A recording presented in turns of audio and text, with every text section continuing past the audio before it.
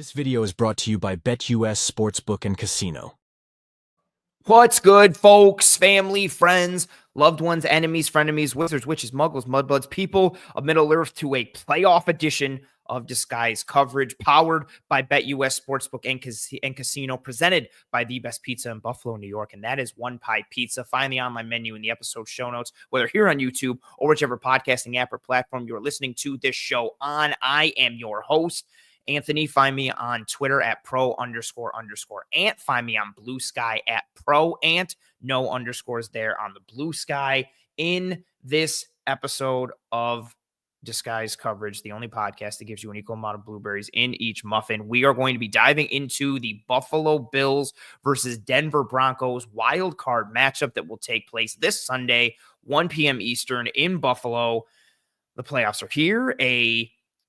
I guess maybe not necessarily a given, considering the revamp the Bills went this offseason and some questions around the team. But lo and behold, the Bills have locked up the 2 seed, really have locked that up, and the division kind of things under wraps for several weeks. And so not too much drama or anxiety down the stretch for that aspect. And they head into the wild card round as the 2 seed, facing the 7 seed in the Denver Broncos, a team that maybe some potentially might be overlooking, some may be potentially overestimating. We are going to dive into those aspects of the matchup and all of the minutia, the details, the niche aspects in terms of determining who will win this game, why, how, all of those sorts of things. And to do that, I'm not alone. That's why I said we a whole bunch. To have this conversation, I am joined by probably at this point, my favorite guest one of my favorite guests, I should say, to grace the show, but definitely the most frequent non-Bills guest, extending his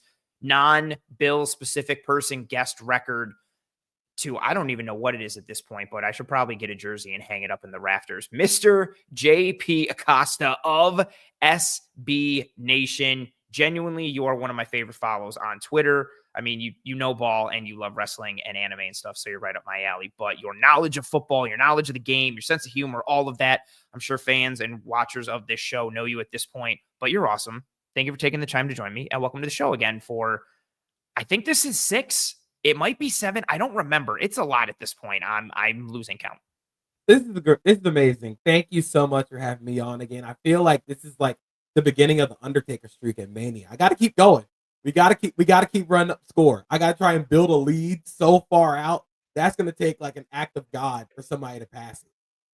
I like that. I like that a lot. It's funny at least once a month, no lie, I will just watch the clip of whichever Mania it was where he faces Triple H in the cell and Michaels is a special guest referee. Mm-hmm. The super kick into the pedigree, into the kick out is one of the best like false finishes ever. Like, it's just so, I wasn't even watching WWE at that time, but it's so good.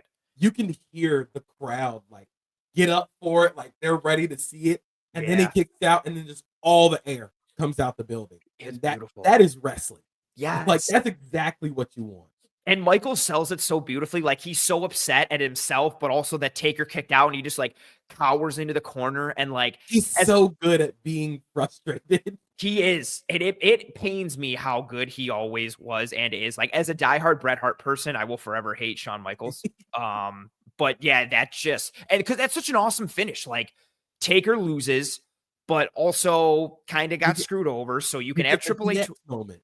Yes. Like, all these things, so you're like, okay, I could buy this finish. And then he kicks out and you're like, no. And then it just keeps going. Yeah. Nice. That's where we're starting to hit. It is incredible.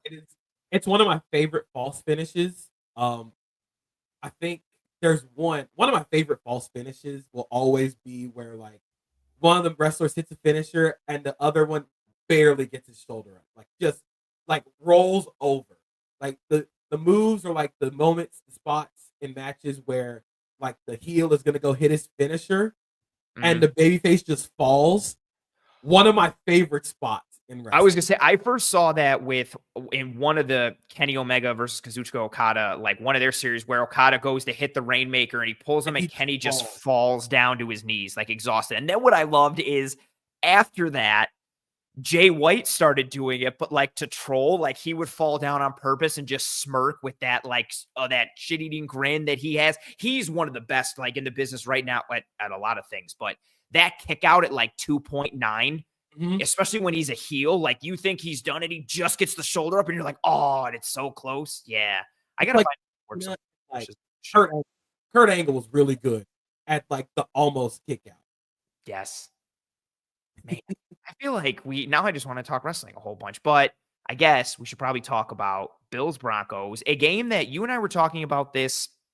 Actually, hold on. We got a super chat here from Carl. Carl, thank you very much for being here. Thank you very much for the super chat and the donation, all of that kind of stuff. I appreciate you being here. Thank you very much for the money and all that stuff. Carl says, I'm still in a holiday mood, Ant. So here you go. A little something for you. I appreciate that, Carl. He says, let's go win us a Super Bowl. We have 4 games to ball out, and this is our year. I have confidence in our team. JP, you and I were talking about this a little bit offline before we went live, and this kind of leads into the first question that I wanted to ask you. I think a lot of Bills fans are riding high, rightfully so. The way this team has looked this year, Josh Allen being in the MVP conversation, which we'll touch on a little bit later, but this Bills team comes into the playoffs strong as the 2 seed, facing the 7 seed, a Broncos team that has some questions in a multitude of areas. I think the majority of Bills Mafia feels good and confident about this game, but this is actually a really good schematic matchup between the two. High level, talk about, your thoughts for this game, because you and I were talking about it offline, is this being like your favorite matchup of the week?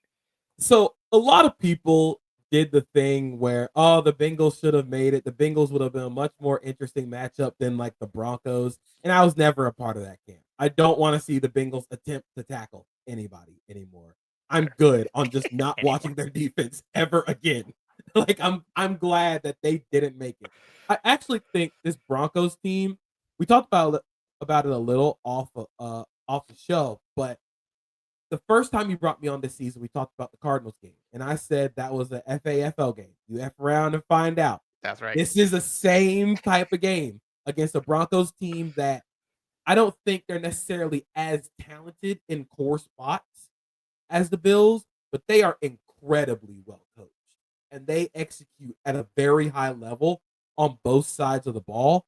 So I think this game is going to really stress some parts of the Bills team on both sides of the ball. Mm-hmm. And of course, if the Bills win, they can use that as evidence and use it as development for where they're trying to get to, which is the Super Bowl. Yeah, I love those points kind of setting the tone and tempo for this conversation. Just, it's funny. I think there's several standout players like smattered along the Broncos team, but I think there's questions at like a multitude of position groups, but then you just look at like certain aspects on the defensive side of the ball, which we'll touch on. And then this offense really kind of just turning into, okay, they're coached by Sean Payton. That makes sense. Like that kind of offense, like so many things are just like, well, Sean Payton's like doing Sean Payton stuff. Just the way that and I don't mean this as like a negative or like a detraction towards Bo Nix, but the way he's just insulated him in that scheme and in that structure while playing to his strengths and mitigating areas of concern potentially. Like I mean, I don't think Bo Nix is like blown the doors off the league or anything, but I definitely like made sarcastic tweets when he went in the first round to the Broncos in the draft. Like, and I remember there was some dude in the back of the Broncos war room who was like this right when they announced the pick. And I like took a picture of it on my TV. I was like, this guy is just as shocked as we are. Like I was there for the laughs, and lo and behold, I mean, granted, it's not just Bo Nix, but the Broncos are sitting here at 10-7. Nix is having a good rookie season, at his age 34, 35 season with Sean. I'm sorry, that's me. But with Sean Payton and with that offense, and then you add what Vance Joseph has been able to do defensively after having a down year last year. I think most people remember Miami hanging like 70 on him. 70. And and everybody just falling all over themselves in Miami. And now to having the best corner in the world and on the planet, arguably the defensive player of the year, you lose Justin Simmons, you retool in a multitude of ways. The defense comes together, the offense does Sean Payton things, and you're sitting there at 10-7 and kind of being overlooked, maybe potentially going into this game against the Bills.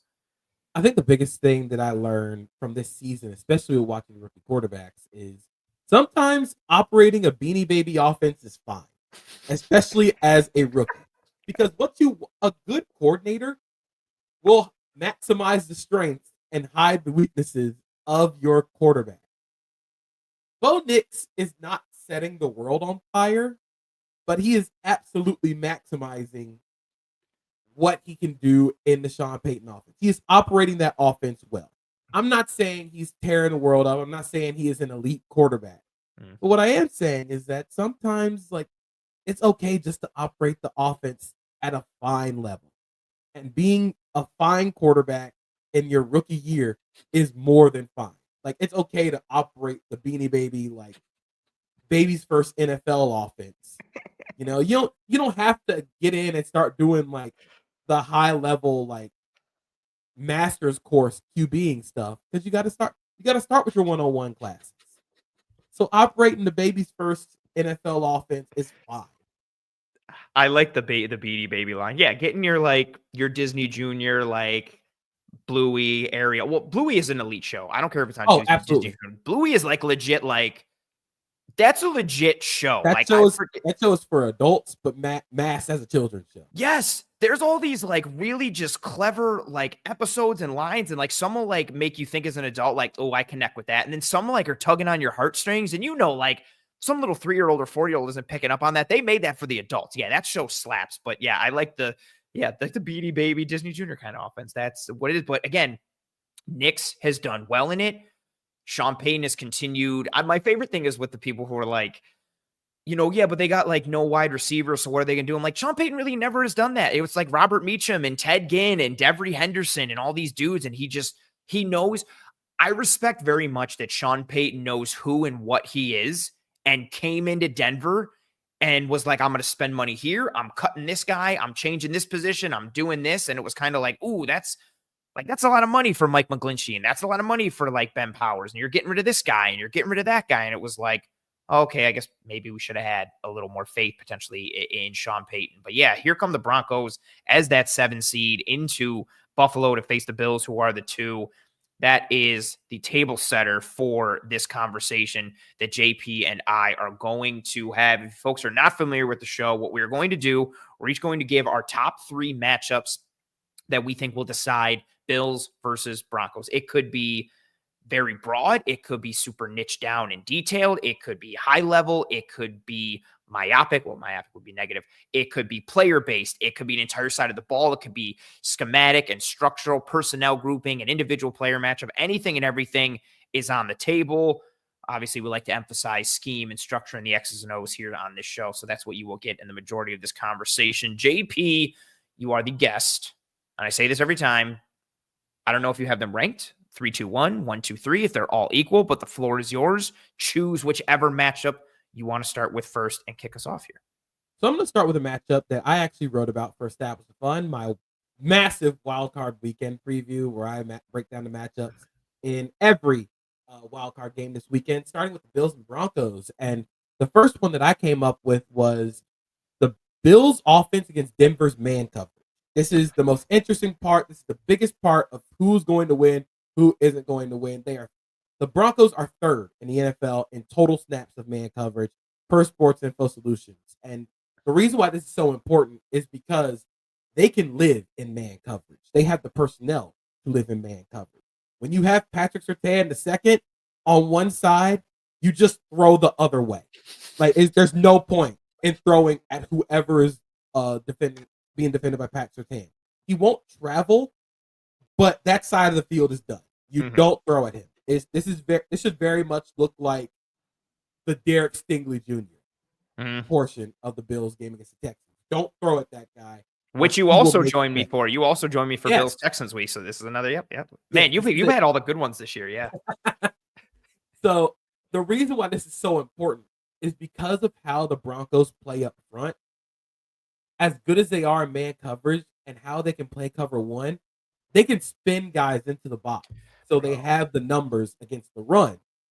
So you might think, yeah, they're playing light on the edges. They have a 240-pound edge in Nick Bonito, a 245 in John Cooper, and a 240 in Caden not Caden Ellis, Jonah Ellis. Dude, I do that all the time. Friggin' stupid Caden Ellis at linebacker, and then Jonah Ellis now. And their last names are both spelled the same with the double L's and the double S's. It throws me off every time. Same thing with I call Jaquan McMillan for Denver. I call him Jalen McMillan all the time, even though he's not. Like, it's driving me nuts. Even though the McMillans are spelled different. Sorry, it's just a pet peeve. Continue.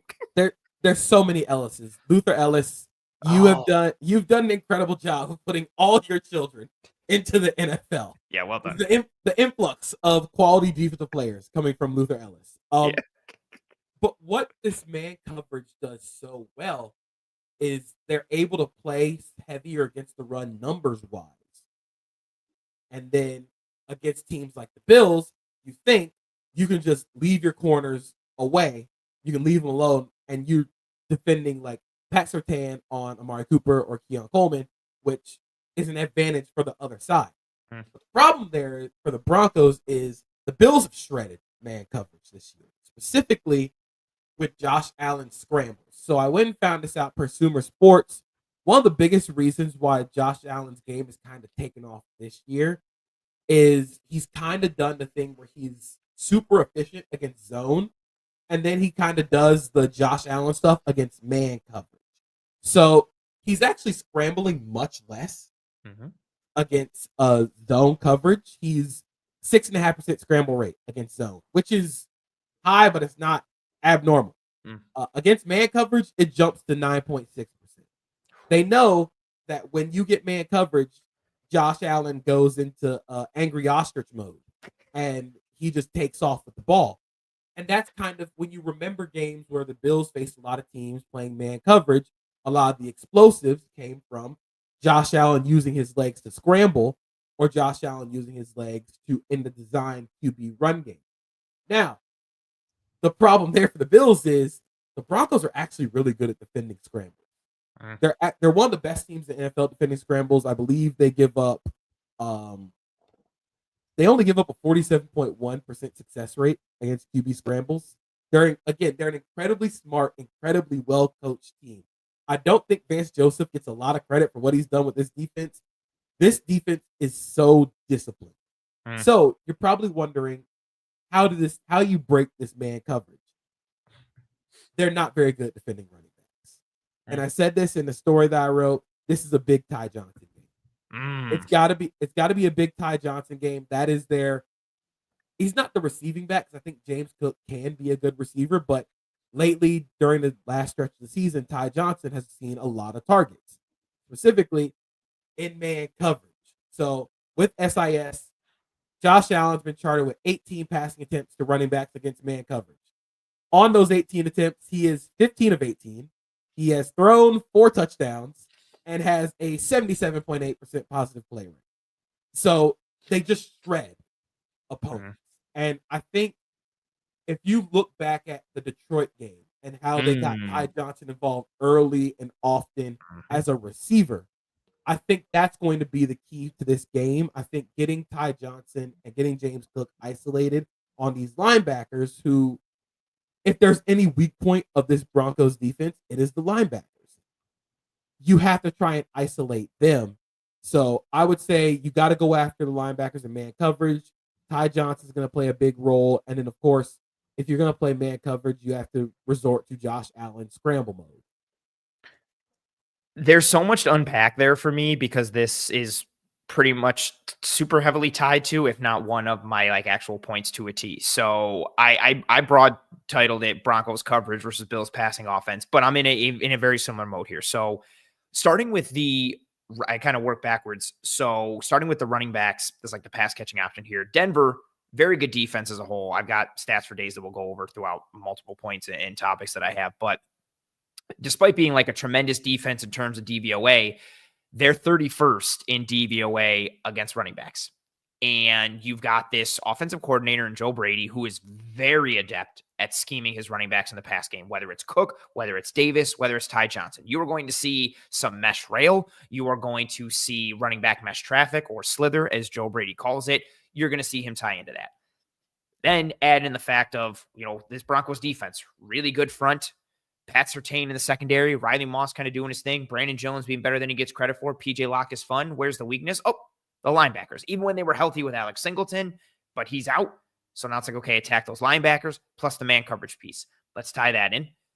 The Bills offense this year has faced the highest cover one rate at 29.4%.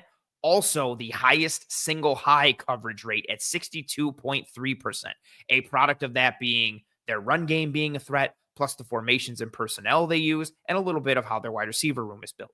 The Broncos, you gave the volume stats. I have the overall rate, so it's funny how we're in lockstep there. The Broncos, 8th highest cover one rate, 7th highest man coverage rate, 15th overall in single high rate. So you've got this offense that a ton of teams like to play single high and man coverage against. You've got this Broncos team that is top 10 in cover one usage rate and top 10 in man coverage rate. And then you talk about this Bills offense. Again, I alluded to it a bit. You want to stop the run game. And I think the combination of the run game and the Bills not having necessarily like true separators at the pass catching position is why teams feel comfortable going single high and or going man coverage. And when it got bad, before the Bills got Amari Cooper, we really saw that Ravens game and that Texans game. Teams with athletic and or good corners were like, well, we're just going to cover your guys in man, or we're going to go cover 3 and essentially it's playing one-on-one on the outside. We're going to load the box. And then we don't think your guys can beat us on the outside. And if Allen does something crazy, okay, cool, Allen does something crazy, but we think the odds are in our favor. And I still think the key to beating the Bills offense is pretty much that philosophy. Load the box, stymie the run, try and take advantage of the Bills pass catchers not being a group that's known for separating.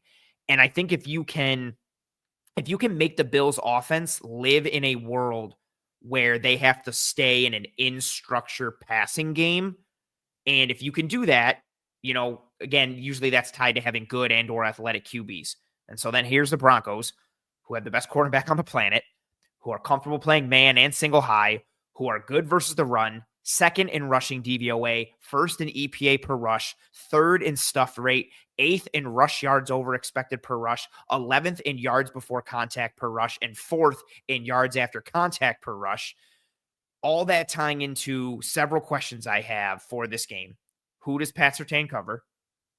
Do they go? Are they putting him on Cooper every time? Are they putting him on the number 2? Do they shade Amari Cooper? Do they think they have to shade anybody? Do they feel confident just being one-on-one? But it all starts with Surtain and that domino effect.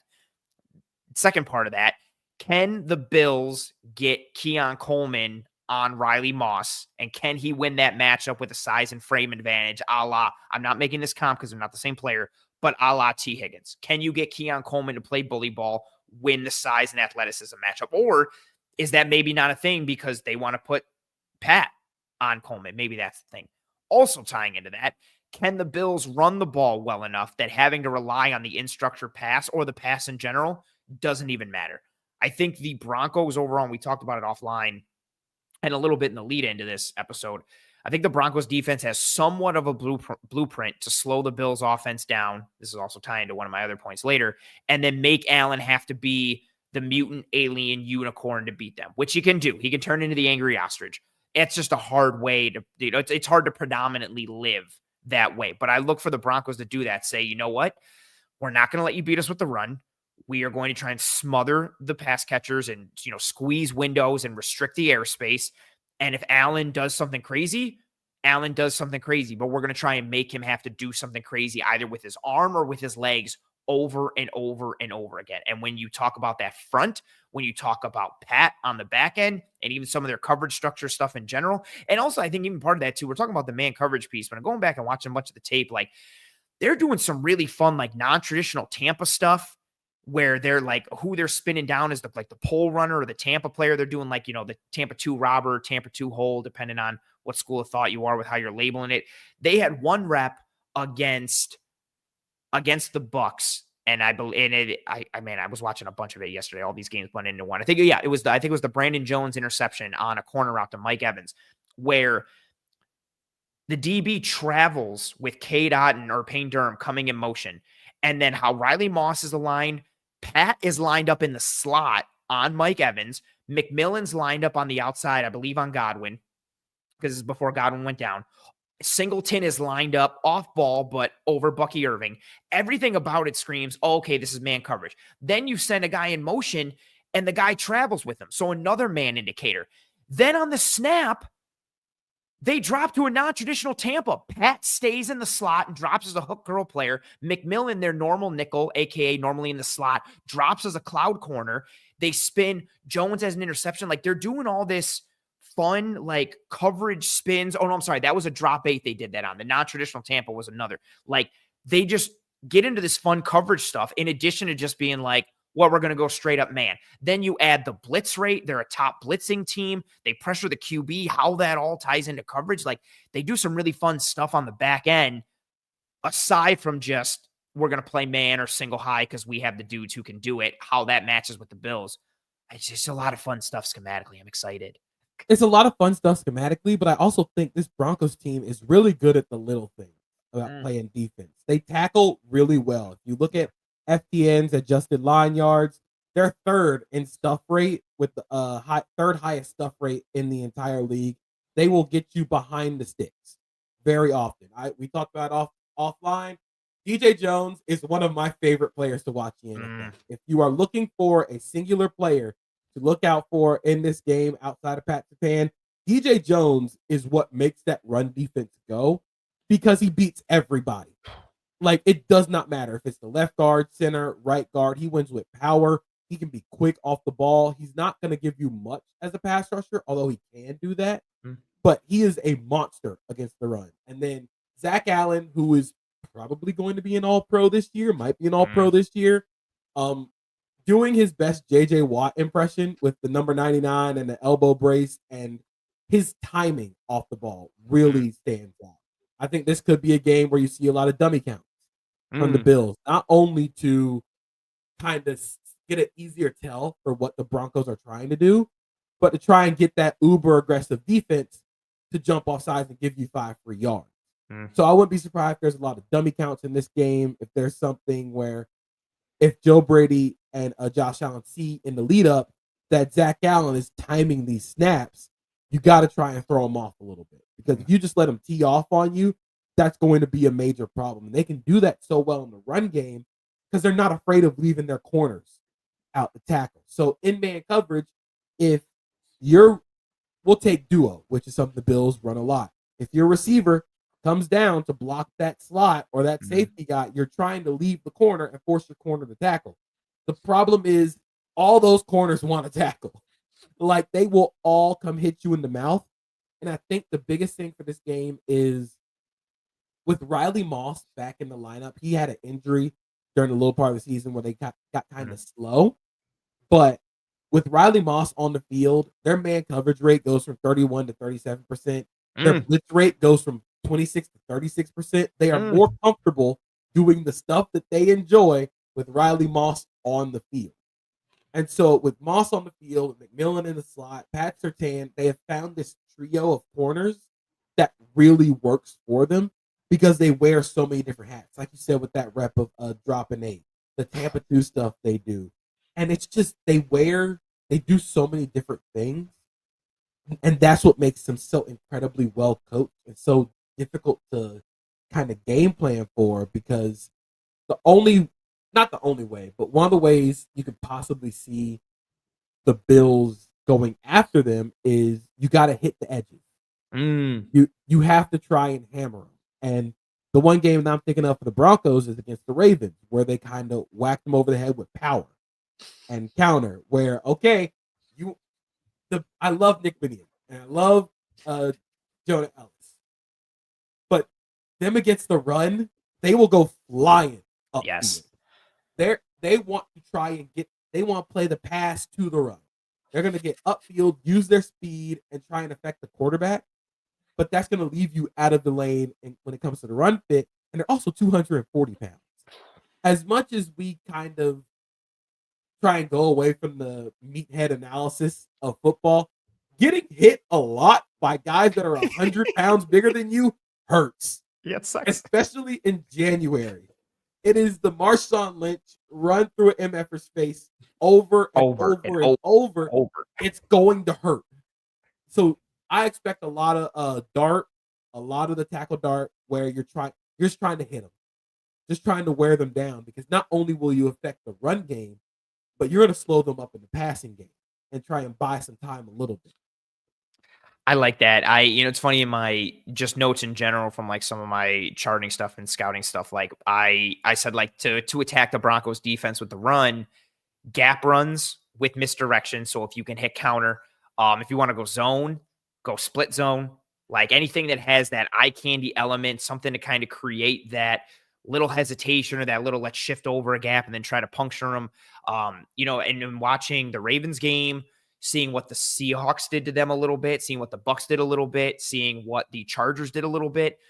A lot of, we're getting pullers, we're getting gap scheme stuff, whether it's pin and pull, whether it's counter, some of the creative counter looks that the Chargers got into or Seattle got into.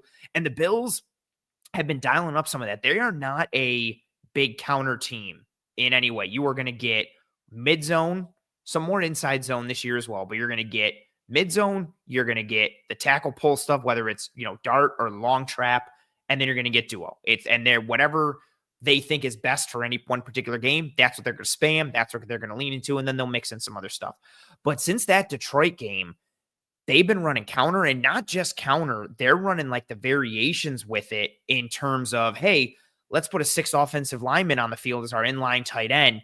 Let's motion him with Reggie Gilliam in the backfield out of pistol. And now we're essentially running GF counter, but the G is our pulling tight end that we sent in, blast motion before the snap, but we snap the ball when he's right behind our guard. Some of that stuff worked well against the Broncos, used by a variety of teams, and the Bills kind of lean into that heavy world. Can they pull that off? I look for that type of, their run scheme and run game was already, I thought, diverse. And then what it has been the past couple of weeks, excluding this game against New England, even the game against the Jets a little bit as well, but game script kind of made that what it was. Just adding, counter in general. They ran some traditional counter, and then they ran some of the 6 offensive linemen, motion stuff, which was nice. Running, traditional gap schemes. Maybe they work some power in. They're not a team that runs a ton of power. Do we see more Reggie Gilliam? Like, how does that factor in? I'm very interested with that. Like, just with how important the run game is to them, how it can offset what the Broncos do. And then also tying in one last piece regarding your first point that I don't think I mentioned enough. You mentioned Ty Johnson, which was nice. Ty Johnson's also the best pass protecting running back on the Bills. And the Broncos blitz, they will make your running back have to pass protect. They are bringing sims and creepers, but also traditional blitzes. They will send their linebackers, and they are hunting. They are trying to go through your running back to the quarterback. And if you do not bring your SHIT into the hole to meet them in the A gap, they will run through you. Barton and Strand are just like, we're coming, like we're going to run through your face. Like they're trying to do the Marshawn Lynch, like on that side of the ball and in that role. And Cook has been better, still not a great pass protector. Ray Davis is fine, has had his moments, both positively and negatively, but Ty Johnson has just been this model of consistency as a pass protector, but then adding what he can do as a runner, adding what he can do as a pass catcher, how he functions into this world. Yeah, I think this could be a game where like Ty Johnson ends up with the most snaps at running back, which might sound crazy considering James Cook kind of had maybe like an all-pro type of year in terms of productivity and usefulness to this offense. Yeah, I like that a lot. And, tying into your first point, my first point, the run pieces you mentioned, I like that a lot. Anything else on that, or do you want to move on to your next point? So mentioning the blitz was a really good point, because something that the Broncos will do, and you've seen a lot of it this year. Of course, you'll see it a lot. Football is very cyclical, but the Broncos are going to try and pick people. They're not just going to bring guys.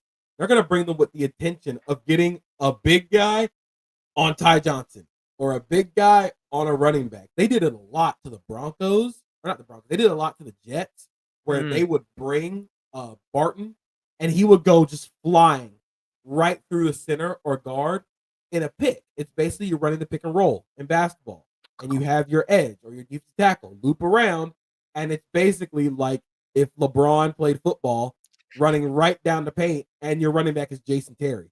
You better be ready. Like you said, you better eat your mini wheats before this game. Do some push-ups, do some sit-ups, do some squats maybe. You better bring it. Oh yeah, it's That's such a good example because they, even when they run some of just like their traditional like 5-man pressures, even when they do like some 4-down stuff, there's some kind of like gamesmanship happening every once in a while. But yeah, when they really get creative, when they're showing like 6 or 7 at the line, or they're just showing their regular like 3-4 base look with 5 down, Bonito might drop. Bonito and Cooper both might drop, and they're sending both linebackers. And so it's like it's Jones and Allen and both linebackers and someone else. And Bonito's dropping and Cooper's dropping, or Ellis might drop, or someone's coming. Like DeAndre Tillman is like doing fun stuff. Like there's just this is also part of this is a whole other conversation that I don't want to open right now, but that's also part of the reason why like I always gravitate more towards 3-4 defenses, because I feel like there's so much, and granted you need the body types and the skill sets to be able to really fully unlock it, but that type of defense where you don't know who's coming, you don't know who's dropping, you don't know what's happening, and you can mix all these coverages with these fronts and how to attack and dictate to an offense. I think that's what the Broncos do a really good job with, to your point of dictating to an offense, either forcing them to keep a running back in and getting the matchup they want on that running back in pass pro, or making an offense keep him in falsely and they're not actually going to send a pressure and then they're dropping out. Like I haven't seen a team in like 3rd and long situations. I haven't seen a team drop 8 as much as like the Broncos. Like they'll drop it on like 3rd and 4, 3rd and 3, 2nd and this. And I'm like, what? Like usually it's like, oh, okay, 3rd and 11, let's drop 8. Or, hey, we're in the red zone against the Chiefs, let's drop 8. The Broncos are like, no, we're just going to do it kind of regularly. And then they won't even do it from like, well, we're doing it out of dime. No, they're doing it out of like base. And Bonito and Cooper are dropping into like the hook curls, or is like, that's how Bonito gets a lot of his picks, where he's dropping and nobody thinks he's going to drop, and you throw the ball right to him. I think a big point for this game, and you kind of saw it a little bit with the way that the Lions Vikings game turned out towards the end. It's really cool to do all the sim pressure stuff until your safety has to meet alignment in the run game. So if you want to stop all the sim pressures and you want to take some of the pressure off of Josh Allen, you run the ball really well. I know a lot of people are going to, run game, yada, yada, yada, running doesn't matter. No, if you want to get this blitz off your ass, run the ball. Like it's very easy to kind of say, like, make it simplistic like that, but when you're able to run the ball effectively, you can't do as much of the simulated pressure stuff, because you can't drop a lineman in a hook curl if you're running duo at it, you know? And that's where, the heavy play action stuff comes in. When you're able to run it effectively, I wouldn't be surprised if the Bills pull out a little bit of the option stuff for Josh Allen early in this game. The read option, the counter bash stuff. I think if you bring some of that stuff out early and make the Broncos acknowledge it and defend it and keep it in their mind, that way it'll open up some of the offense.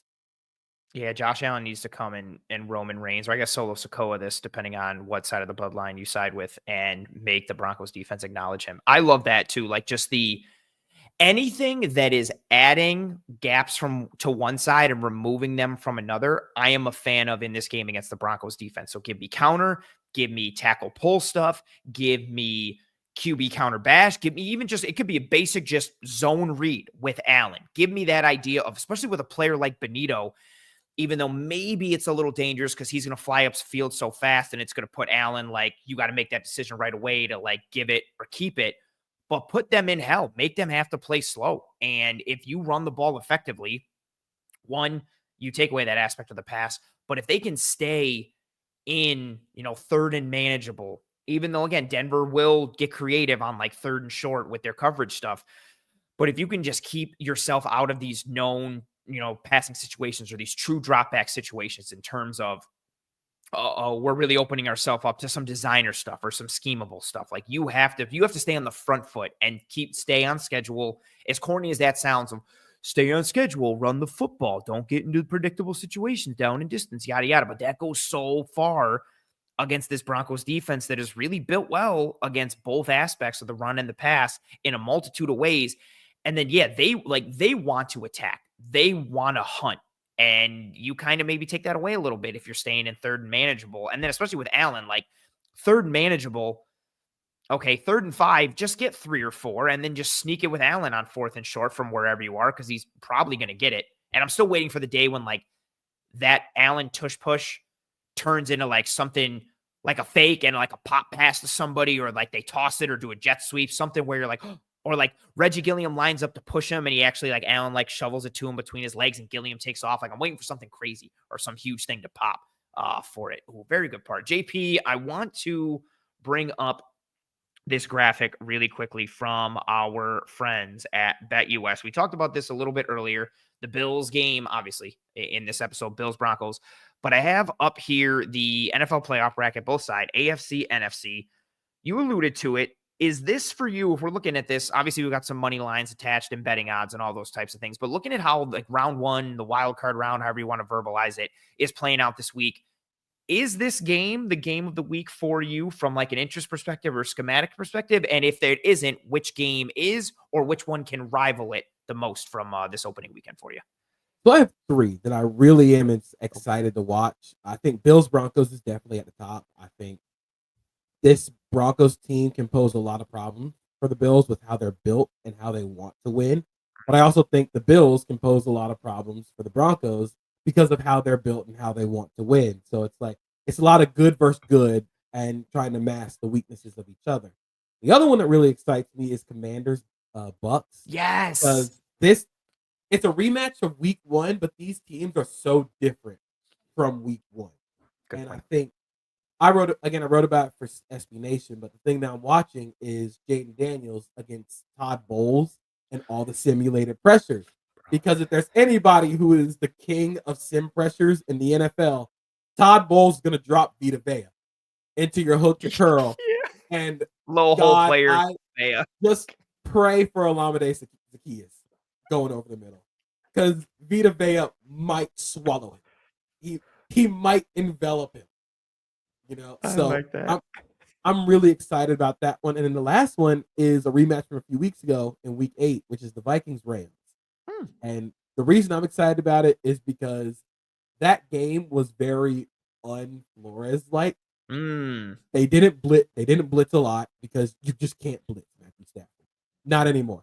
Like don't blitz him because he will hurt you going downfield. I think Bills fans understand if you blitz him, he will find Cooper Kupp or Puka Nacua.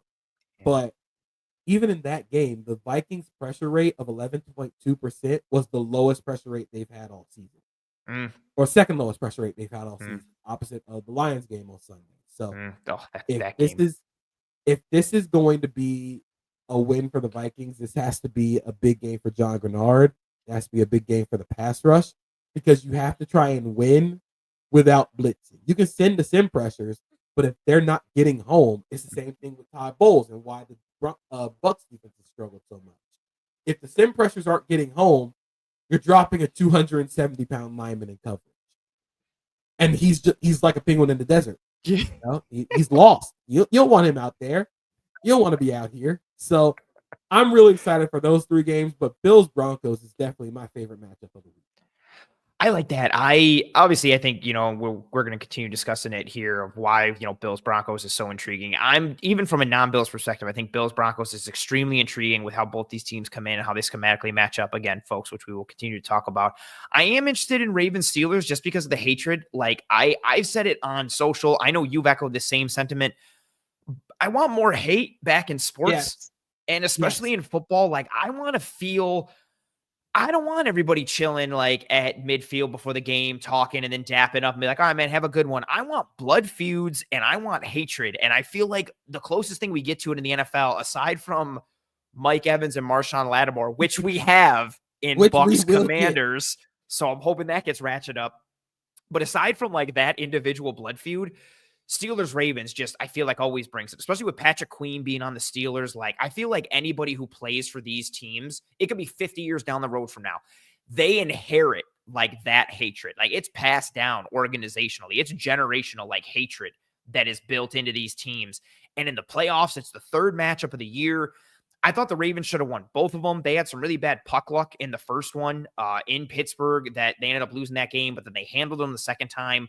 But you just never know. Like the Steelers have this way of just dragging you down into the mud to play their game of ball for like ever. especially in the Tomlin era. Like every game is just like muddy and ugly. And even if they lose and it never felt like they had a chance to win, it's still like 23-17. Or the Bengals game was a good example this past week again. The Bengals are just driving and driving. And it's like, nope, like not going to score a touchdown. Nope, we're going to stay in. Oh, Russ is going to hit a shot. Oh, like these little things just annoy the hell out of you about the Steelers. So blood feud potential, AFC North football in the playoffs. Like, great comment here from K and Morty who says Tomlin voodoo. The standard is the standard. Yep. See, that's what I call the Steelers domain expansion. If you watch Jujutsu Kaisen, you read Jujutsu Kaisen. The standard is the Steelers domain expansion. If you are in Acrisure, that game immediately becomes a Steeler football game. There will be missed kicks. You will get a punt block. You will get a muff punt. Like against the Bengals. What was that muff punt? Dude. Where the Steelers player recovers it right as he's going out of bounds. That is the domain expansion. Steelers. That every game just becomes a Steeler football game. And if Zay Flowers is healthy, I think the Ravens win this game by a mile. But if not, I could definitely feel this turning into like a real like Battle of Stalingrad type of game. Oh, that's a good way to put it. Yeah, I think that's super solid. So that intrigues me. I'm all into Bucks and Commanders for a multitude of the reasons you mentioned. I also just think it's a shame Godwin went down and Evans went down for a little bit, but he came through. Like the Bucks offense is sick. Liam Cohen's putting together a good year. They have a good offensive line. Bucky Irving is tremendous from like a rushing standpoint, not just from like, oh, rookie fun. Like he could be the offensive rookie of the year. He's having a legitimate good like running back year as a runner, but also as a pass catcher. And then their RB2 is Rashad White. Like if the defense can just put something together, and then that defense is going up against, you know, I'm still kind of waiting for Kingsbury's offense to hit like that back half of the year wall, but maybe they won't. Jaden Daniels is exciting. McLaurin and that whole group. I'm excited for that. And then, yeah, not to again knock Packers, Eagles too much or Chargers, Texans. I echo your thoughts with Vikings, Rams for, you know, not going to speak too much on it. Just Flores versus McVay. What do we get for round two? What else do you need to say? That's it. That's it. Like, that's all I need. Like Van Ginkel and Grenard and Smith and Bynum and Puka and Cup and Kyron, like, and everybody just going at it. Like, I just want to see that. And then I really like Kobe Turner and I like Cam Kitchens, and Verse is a dude like that. Like, is Sam Darnold back into a pumpkin, or was last week a blip? Like, what's going to happen? Like, so those are that from an entertainment standpoint. But yeah, obviously Bills Broncos, a fun one, which we are going to continue to talk about here. But this graphic presented by our friends at BetUS Sportsbook and Casino. If you are looking for a new sportsbook this football season, BetUS is the answer. They give the fastest payouts in the industry, a 150% bonus on your first deposit, and then a 125% bonus on your next two deposits up to $2,000 with code YouTube150. That's YouTube150. They have a fast and easy deposit and withdrawal process, 24/7 personalized service, 365 days a year, live wagering on all major games, the best betting variety in the business. They allow you to get 10% back on your net losses twice a year, and they also can give you your very own personal account manager. Check out BetUS for all your sportsbook needs. I also like this comment here from Logan, who just yelled Josh Metellus in all caps. Right. Yeah, the 3 safety looks for the Vikings, how they use them, how they deploy them. Yeah, they do so much fun stuff with him. And then like the 3 safety looks, and then Gilmore, Griffin, and Murphy, like being able to move Murphy into the slot so Griffin can play outside, and then what Gilmore gives you, and all the pieces for the Vikings defense. And just with how Flores plays, like nobody, we talk about all the time, like, oh, people adopt the Fangio method and like that tree and all that. Like no one's really out there running Flores. Like Flores is like just all gas, no brakes. And no one's like, oh yeah, let me do the Flores stuff or the Flores tree. He's just doing his thing. He has taken the Belichick defense and turned it up to 3,000. And I make this joke about Josh Metellus.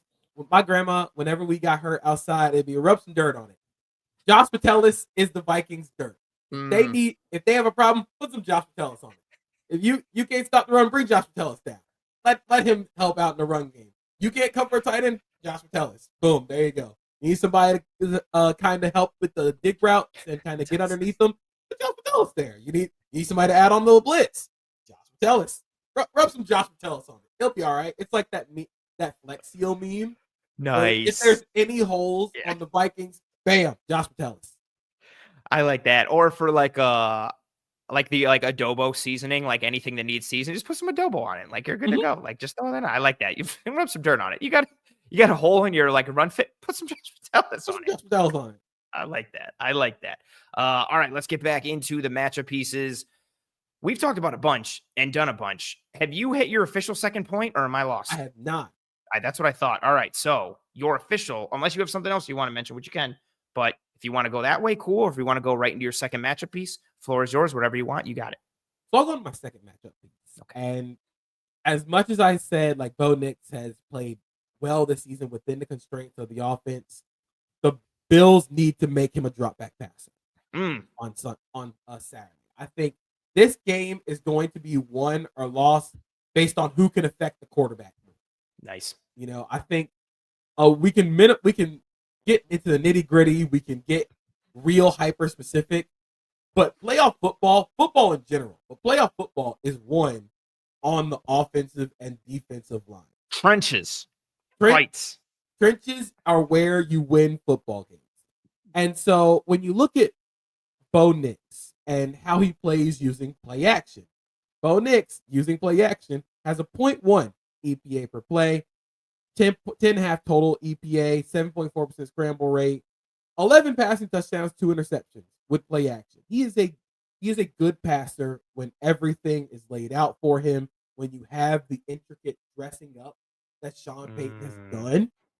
And again, which is why, like, this isn't a knock on Bo Nix, but baby's first NFL offense. That is what you want to do to help a rookie out. I knew it was coming. You want to run baby's first NFL offense and then continue to add on as he grows. You're not going to give a baby like a 1,500-page novel. We're going to do one fish, two fish, red fish, blue fish. That's right. And then we're going to build up. But when Bo Nix has to use standard dropbacks, which is something that they want to try and limit, Bo Nix has a negative 0.04 EPA per play. And he has a 41.5% success rate.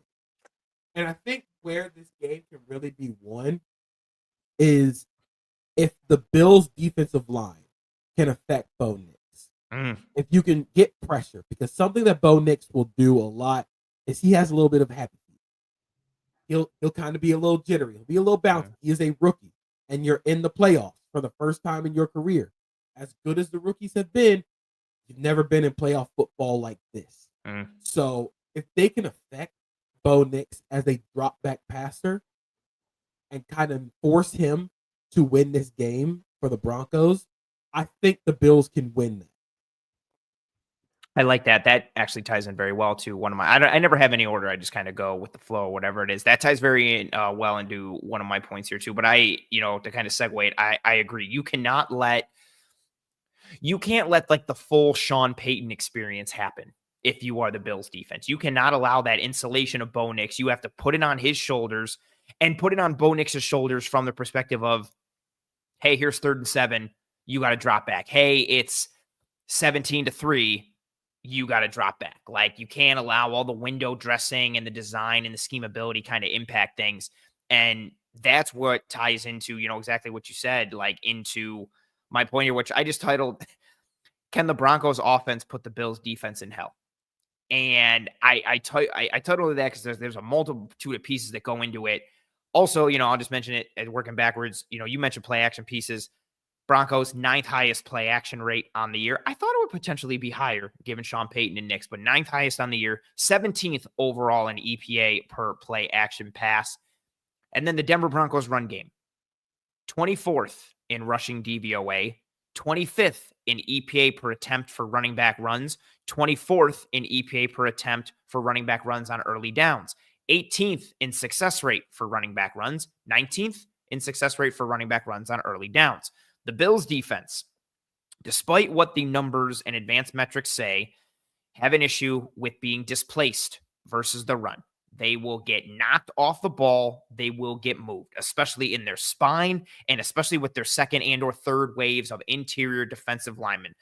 I've been shouting this from the rooftops, honestly, since, you mentioned the first episode we did together on the year, since that Cardinals game, when the Cardinals were like, we're just going to run pin and pull and mash the hell out of you for the entirety of a game. And I mean, but again, the Cardinals are a unicorn a bit with their offense, with Connor, with the tight ends, with all the gap scheme stuff they do, how Kyler ties into it, all that stuff. But really, since then, the way the Bills have been stopping the run for the majority of this year, even when things are going well, most of the time when they are stopping the run, it is with bodies in the box to gap out, or with run blitzes, or with game script forcing opponents away from the run. The most recent example, let's think about that Lions game.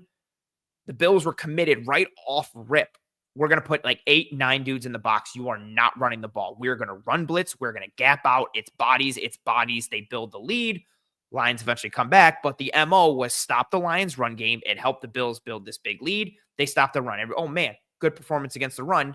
Granted, they got shredded against the pass, but I'm using that as an example of they stopped the run with bodies, numbers, run blitzes, all that stuff. That has been their theme to shut down the run against, the Rams ran all over them in the first quarter and in the second quarter a bit as well. Then the Bills started to run blitz, started to bring bodies. You'll get some run stunts.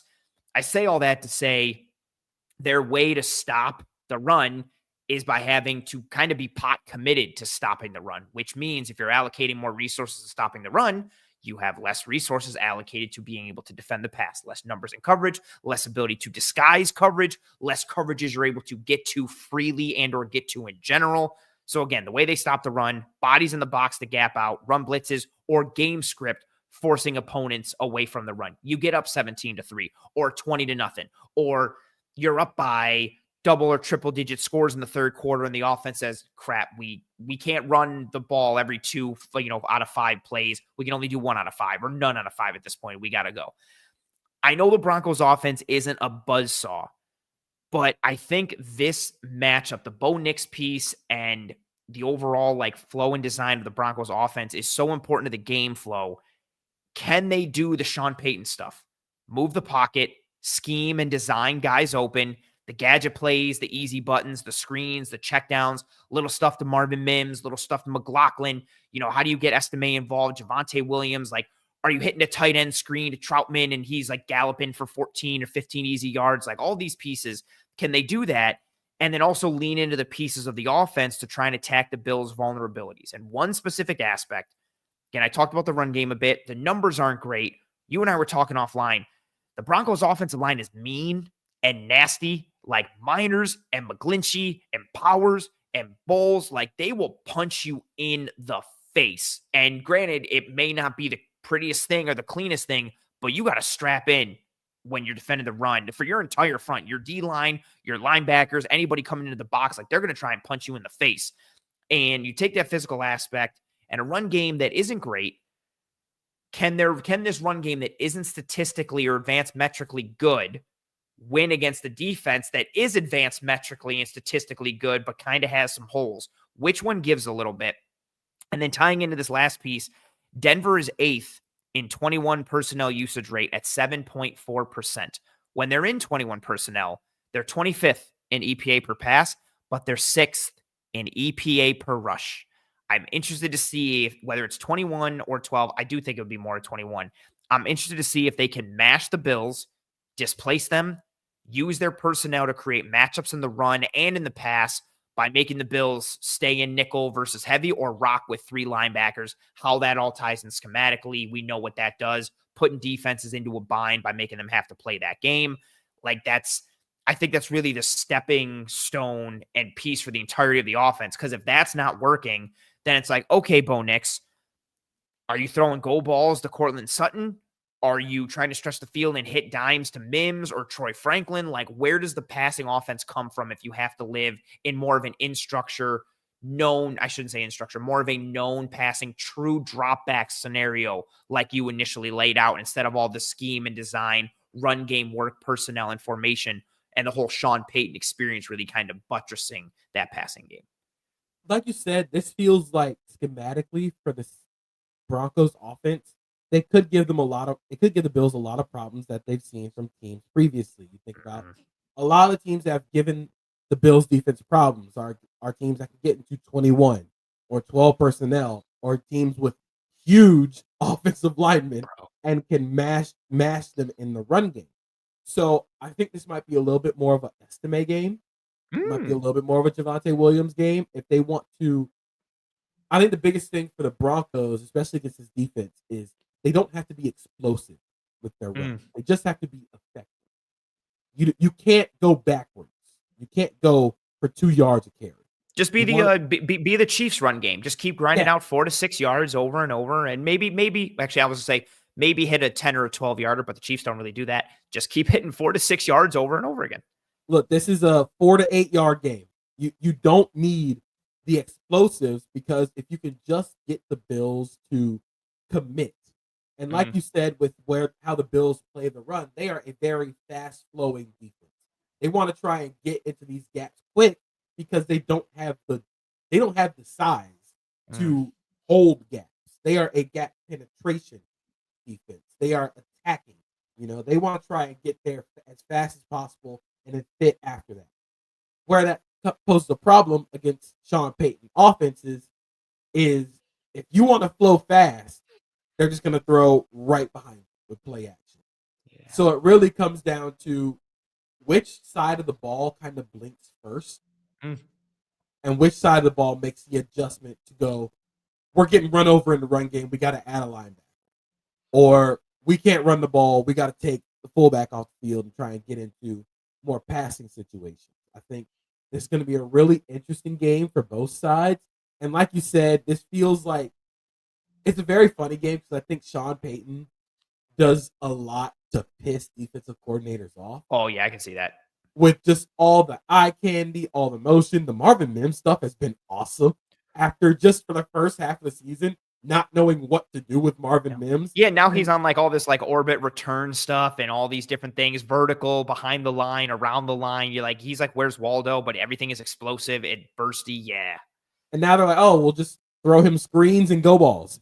And it's like, oh, why didn't you do this earlier? Like, where did that come from? But I think this is going to have to be a game for the Bills' second level. If they can maintain discipline there, I think they can control this game. Because again, you want to get pressure on Bo Nix. Bo Nix, under pressure, has a negative 0.39 EPA per play. Right. He has a 13.8% sack rate under pressure and a 28.3% success rate. He's not great against pressure right now. He is a rookie, but that is how you want to affect him. You want to try and get when things are blazing in the middle of a playoff game that he has never been in, you want to affect a rookie quarterback.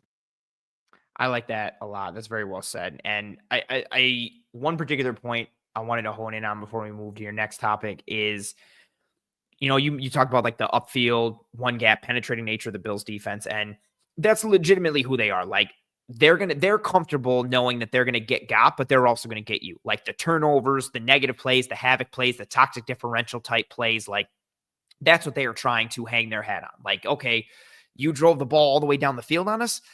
We're going to get a stop on 4th and 1 with a tackle for loss or like a stuff, or we're going to turn you over and you're going to get empty points, even though you had the ball for, 4 minutes and you moved it 50 yards. We're going to find a way. Like there, so many advanced stats, like are so bad. Like their plays per drive, time of possession for drive, like first downs and new series earned, all of these, the Bills are like bottom of the league.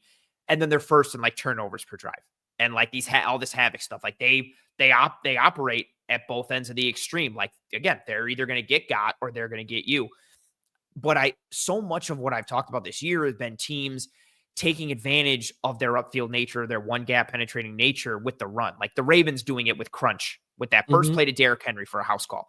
The Pats did it with trap. The Dolphins did it with crunch. The Lions tried to do it a little bit. Even again, the Cardinals, like you're getting upfield, psych, we're just washing it down and pin and pull. And now there's nobody on the outside. And here we go. And we've got big on small and we're crushing you out there.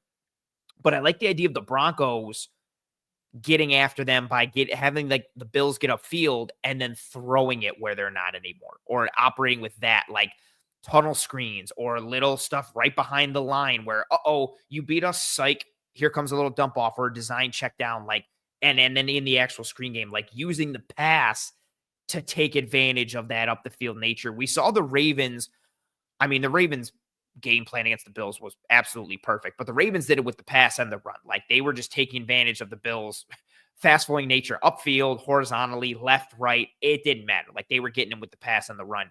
I look for the Broncos to do more of it with the pass, to your point. And okay, who's moving?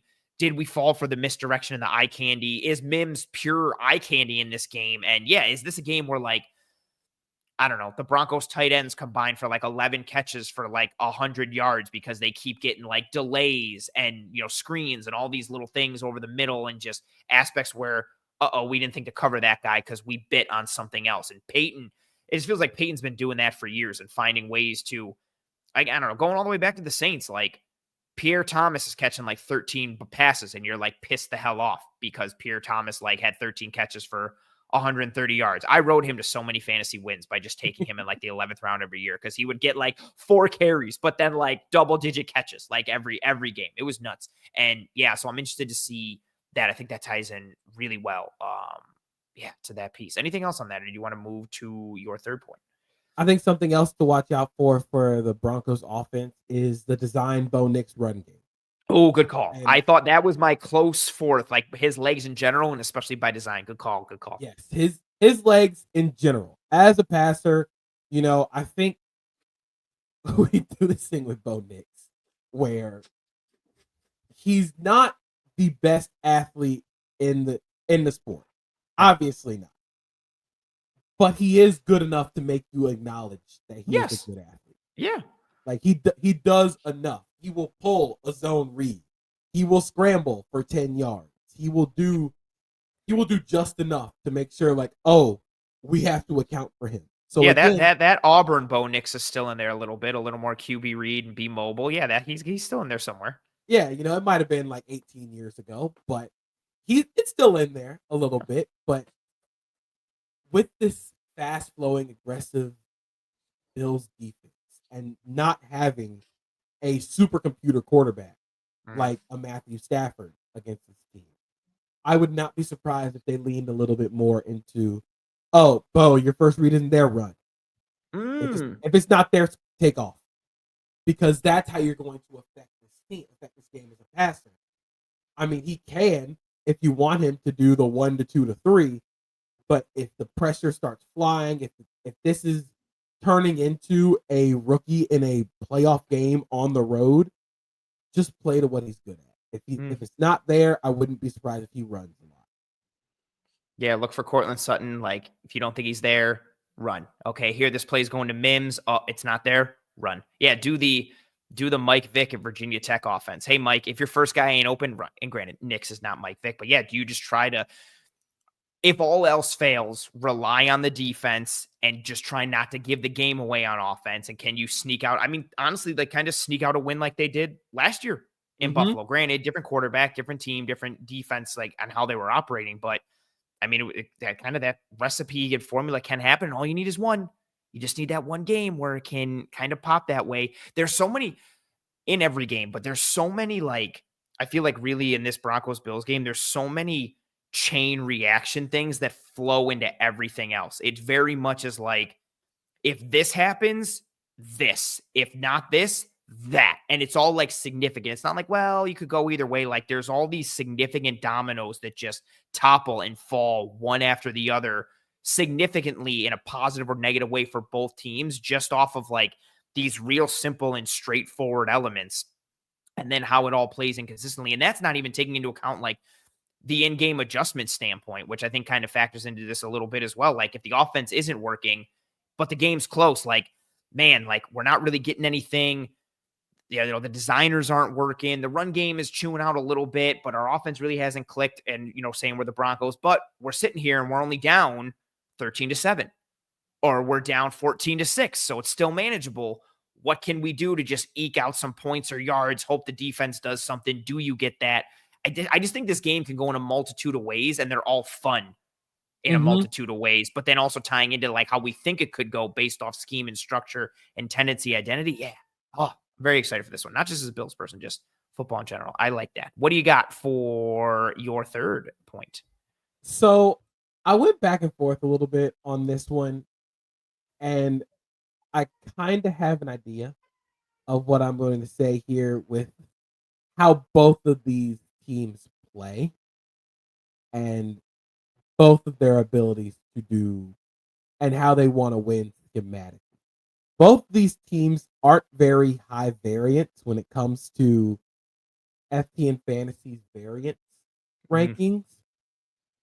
But my question is, which team leans into the chaos first? Which team decides, all right, let's light this candle. Let's turn this into let's get weird with this game. Weird.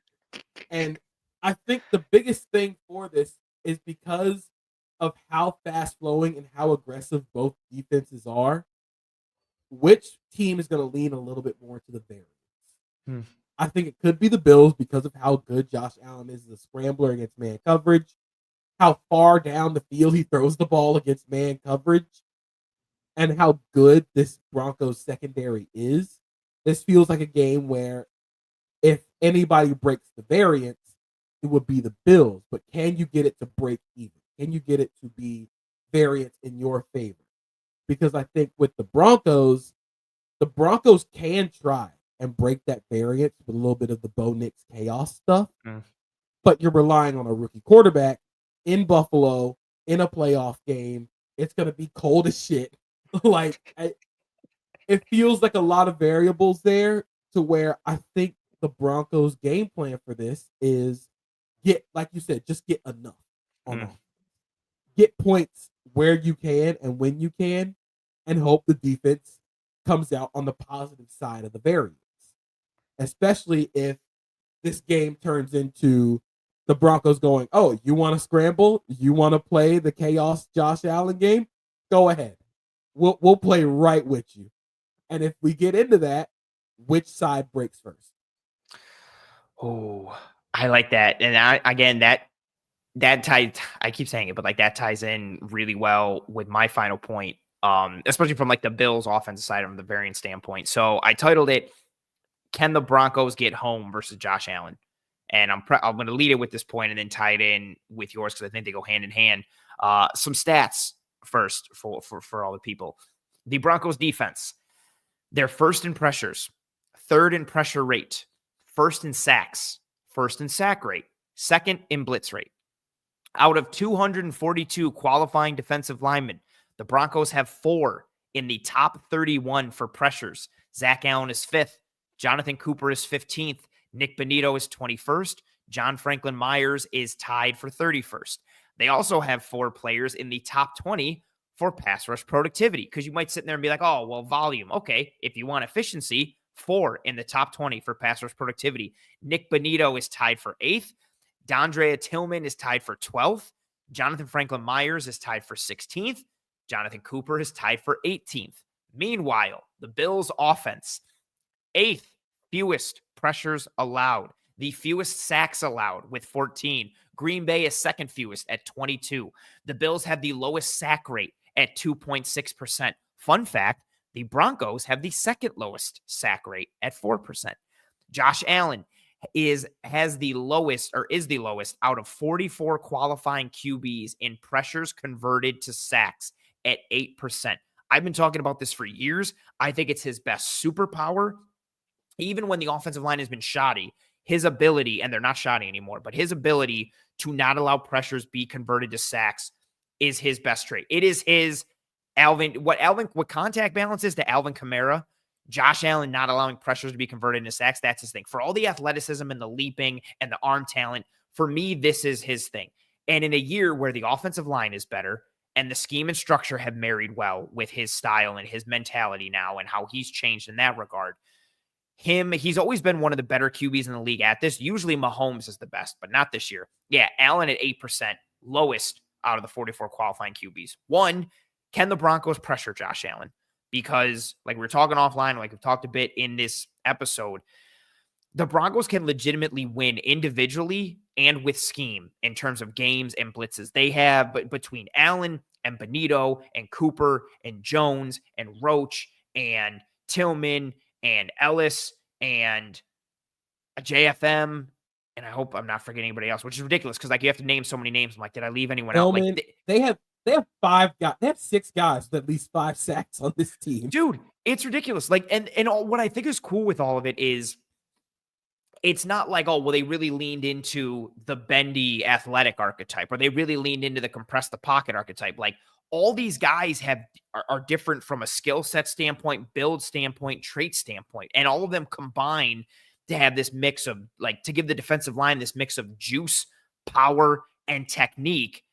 But can they pressure the QB against an offense that hasn't given opposing pass rushers much? And then even if they do pressure him, it's a whole nother battle trying to actually get him down That's to the ground. thing. You have to get him on the ground, or you have to affect him. You have to hit him. Like, that's Yes. because something that stood out looking up stats about Josh Allen under pressure this season is not only does he not get sacked, he has a 9.9% sack rate according to Sumer Sports, which is second lowest in the NFL behind Jordan Love. But his average depth of target when pressured is 13.2 or 13.7, which is first in the NFL. Behind him is Anthony Richardson, but his sack rate is 13.6%. So not only is Josh Allen avoiding sacks, avoiding pressure, he's throwing the ball a mile downfield, and it's working. That is kind of the, you want to play the variance game, we can play the variance game. And so it's asking if the Broncos want to do this, but also you have to get him on the ground. Yep. You have to affect him. It's not just sending free runners, because you can send free runners all you want, but if you're not affecting him, if you're not hitting him, it's not going to matter. Great call. And that's literally like where I was going to lead with it. Like, so can you pressure him? 1. If you can you get home and get him down? 2. But then 3, tying into your third point in the variance, that's where it comes in. I think that's where that variance battle lies. Like, does Allen get you, or do you get him? Because if you don't, he's going for blood. Like, he's going to make some throw, or he's going to make some run. I'm even thinking, I think their first game of the year against Seattle, Geno scrambles, I think, for, hold on, I have it in my notes. I think the first week against Seattle, Geno has a scramble up the middle for 34 yards for a touchdown against Denver, because they blitz. Seattle picks it up, and Geno just scampers through the A-gap, and coverage parts, the Red Sea parts. And that, just Geno's a good athlete. You do that against Allen, you're dead. And they've had that a bunch with some scrambles this year. For a team that has done well against scrambling quarterbacks and pen some guys in, especially with their injuries at linebacker and just not having a great unit there overall, no disrespect, like them limiting QB run games like that is actually been impressive. But there's, Geno and Herbert sometimes, but then like Gardner Minshew was getting him a little bit, and like Allen, what he can do as a runner, but then also as a thrower against pressure or against the blitz. Like, if you don't get there, or how much are you paying for it? And then I think that also ties into the coverage piece as we led off with, because is anybody getting open? How long does he have to hold the ball? That's like, the thing. If you can play so high variance for the Broncos defense, you can do all the blitz stuff because you have one of the best secondaries in the league. And Patrick Surtain II, you're not going to throw to that side. So it's a very small thing, because I don't think it's going to be a major point. But do they play Patrick Surtain II on the right side with Josh Allen scrambling all the way? I was literally just thinking, so that way he can't do all the scramble to the right. If you want to throw it to your right, you have to throw it against Pat Surtain. Like, is that going to be the game within the game, or do they try and pick on Riley Moss a little bit? How are they going to adjust, and who, like I said, who's going to be the first person to break the variance? Which way is the pendulum going to swing? Because I don't think the Broncos can win this game if the pendulum first swings away from them and they get behind in this game. Because if they have to play from behind, the Bills can do all the power and all the gap scheme stuff, and you're playing their game. But if you can just keep this game close enough, and you get a little bit of the Sean Payton trickery, some of this, I think Sean Payton is going to pull out some of like the Saints, Sean Payton, like the weird stuff offensively. Like, he's had that in the tuck for like years now. Yes. So I wonder if he's going to pull some of that out. But I'm really intrigued on how this game, where the first breaking point in this game is going to be, and how both teams respond to it. I like that. I like that a lot. And it's funny, talking about Pat, like I was thinking the same thing. I went to PFF and I looked up his snaps by alignment, 388 at left corner, 439 at right. But yeah, I was literally thinking that too, as you said it, like, do they just lock him on the right and be like, we're going to shut off the right? Because then again, if you scramble to the right, we're sending the house. We scramble to the right. Is whoever is over there, are they going to be able to beat Pat one-on-one? And then, yeah, who is Pat covering? Is he staying on one side? Is he traveling? Where? Oh, yeah, there's just so many fun pieces, I think, within this matchup, like you said. And, you mentioned one again there just now, and it was something I spoke about earlier, but I just think it's so important. The whole game script piece, like so much of what Denver wants to be offensively and what works against the Bills goes out the window if the game script is not in your favor. All of a sudden, like the Bills' run defense woes don't matter if the game script is out the window. All the fun scheme and design to get guys open for Sean Payton kind of goes out the window if the game script isn't there. All the fun design stuff doesn't matter if the Bills are like, we're just going to rush 4 and drop 7 every time. We're just going to play coverage and have eyes on everything in front of us. And we're going to bleed the clock out, have fun getting yards. We'll stymie you. We're up by 20 in the third. Doesn't matter. We don't have to worry about the run. We can probably lean on our run a little bit. Maybe you want to snuff it out. Here comes a play action shot for 17 yards to Dawson Knox, and we're just going to keep bleeding it and bleeding it and bleeding it.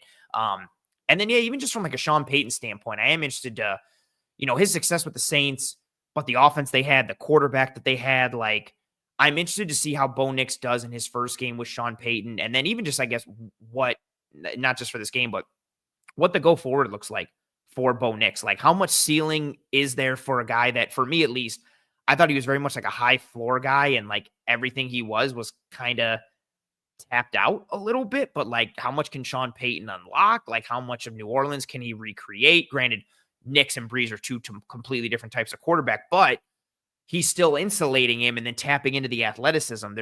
I just really think there's so many fun aspects in this game. And then you add the variance pieces and the individual players. Yeah, there's a lot for Bills versus Broncos. Anything else on this matchup that you feel you wanted to touch on that we didn't touch on? Anything you got? The individual matchup I'm probably the most excited to watch in this game is actually Khalil Shakir against Jaquan McMillan. Oh, good call. Because against man coverage, Khalil Shakir is their answer. That is their answer to man coverage. They will have him do all the fun stuff in the in-between game. They will have him basically be their number one in the slot. But I think Jaquan McMillan's really good. So the battle between McMillan, Khalil Shakir, they're really good against tight ends, but Dalton Kincaid is going to have a big game.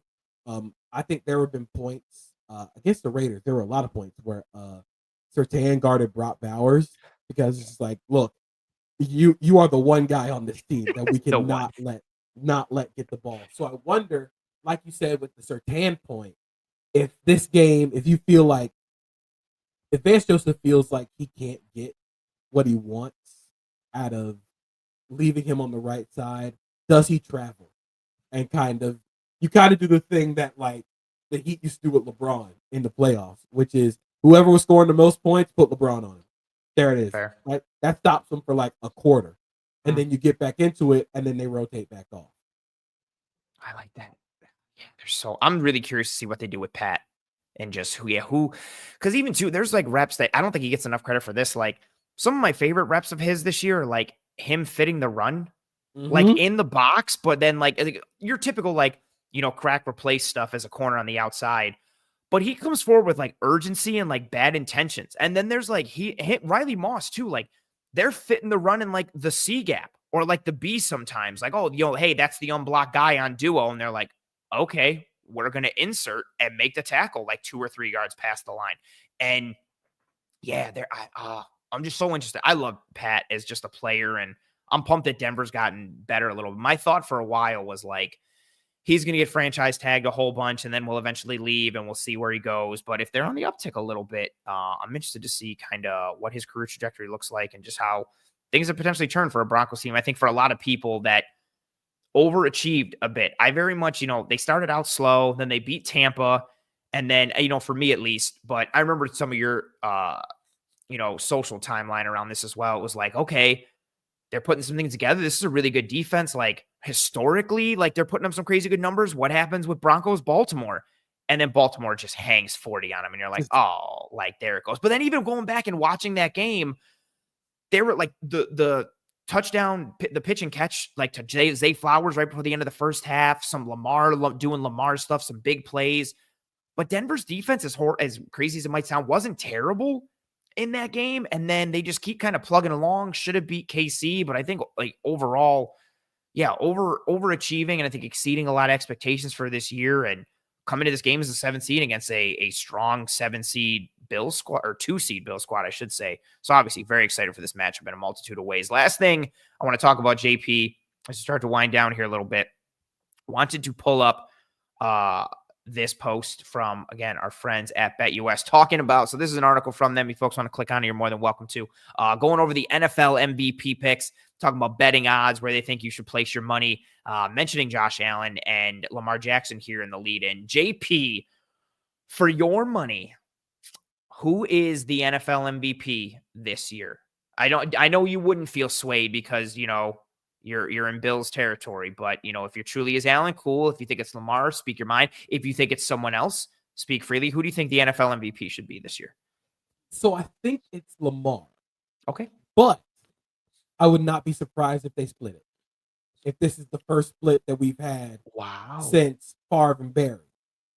Because as much as you can say like, oh, this guy has done the X, Y, and Z, the other quarterback has done the exact same thing. So that's what I've been thinking. Like every time they keep pointing out like Allen historical things, there's all these historical things for like Lamar in the same breath, but different. It really is like truly wild how crazy of a year each of them had, like historically and statistically. Like, I don't think people really understand what Lamar did this year. Dude, 40 touchdowns and under 5 interceptions for the first time ever. And then he threw for 4,000 and ran for 900. Like he was legitimately like maybe like one of those fourth quarter games where he doesn't get taken out. Legitimately away from a 4,000, 1,000. Which is insane. Which is Madden stuff. I don't even think you can do that in Madden. And he's doing some of that while also pulling off like pocket passes, like I'm thinking of the inbreaker to Zay Flowers against Houston, where where the one where Henry To'o drops and he layers it like over him, and then of course Zay catches it, and as he catches it, he turns it into a spin to shake the safety and get down to like the 3 or the 4. But like the anticipation, the ball placement, and the touch, like all from the pocket, was insane from Lamar. Like that was nuts. What I've always said about this year's Ravens team is they're running sort of similar stuff to a Shanahan offense, but have the best quarterback any Shanahan offense would have ever had. What Shanahan dreamed, what Kyle Shanahan dreamed that like Trey Lance was going to become. Yeah. Yes. Kyle Shanahan saw what Josh Allen did to the Niners and hoped Trey Lance would become good, but ended up with Lamar Jackson and Todd Monken doing it. I genuinely do think this could end in a tie. And I would not be surprised if we come down to it and, you know, you can say Josh Allen's Bills have the better record. Lamar beat Josh Allen head to head. They both have amazing stats. They have both done incredible things. They might just split it. Like I hate to be Switzerland in this scenario, but I really do think they could tie. When they always announce MVP and like the awards, like the week leading into the Super Bowl, correct? Mm-hmm. I always wonder how much, rightly or wrongly, because it's like a regular season award, but I always wonder how much the playoffs like influence. Well, no, because the voting, when does the voting happen? After the regular season, or? I think it's after the regular season. And I do want to clear one thing up. 2003 was the co-MVP year with Peyton Manning and Steve McNair. Which is I do remember that. Man, that was like the old like AFC Central. Yep. Yeah, and every year it was like Titans, Colts. And I remember the one year like McNair wasn't practicing at all because he was so hurt, but then he would play in every like games back to back and was like crushing it, and then wouldn't practice again. Oh man, yeah, those are some good matchups. Yeah, and I never even thought of a tie. I never even thought of a tie. 2, depending on when the voting happens, I wonder how much the playoffs impact it. And just overall, yeah, like I think I also personally don't care about MVP. Like the individual awards like mean nothing to me. I do not care. Like whoever wins, it does not affect me at all. But it is wild just how much of a case you can make for either guy. And then even I feel bad for Saquon having the I year do that he too. had. I feel Like so bad. And we just have done this weird thing to running backs. And I've seen so many arguments that anybody could do this behind the Eagles offensive line. DeAndre Swift is not doing this.